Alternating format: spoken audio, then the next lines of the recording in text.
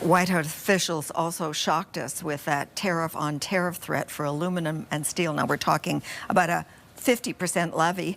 The Prime Minister, wrapping up a meeting in Brussels with top NATO and EU officials, said that Canada will be unequivocal in our response. CTV's Rachel Aiello is traveling with Justin Trudeau. And Rachel, what are the next steps?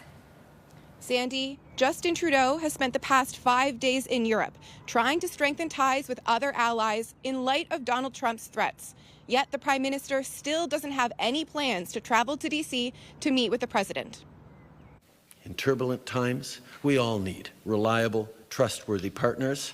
The Prime Minister is focused on friendshoring, but he's yet to put a trip on the books to talk to Canada's closest ally. Have you had any conversations with him about you going down to D.C., trying to sort out your tensions in person? We have talked about that. As you know, we have had many different conversations over the past many months. Trudeau has been abroad since Saturday, trying to strengthen trade and defense alliances. But Trump, while not even on the same continent, remained an almost constant presence.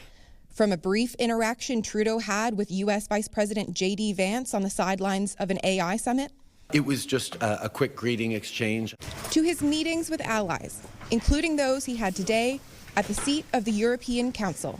European Union and Canada also prove that trade agreements are clearly better than trade tariffs. EU countries are grappling with the same American unpredictability. Trust is very much needed. Today, Trudeau also met privately with the NATO Secretary General to affirm Canada's commitment. The government has long been criticized for failing to meet its goal on defense spending. Trump has added a new sense of urgency as the U.S. Commander-in-Chief has his eyes on other countries' contributions.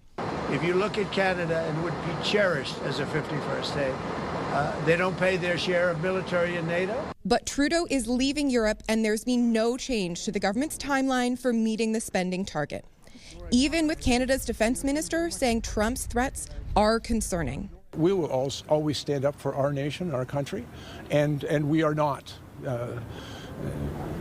vulnerable to anybody's ambitions. Trudeau's trip, one of his last as Prime Minister, is over.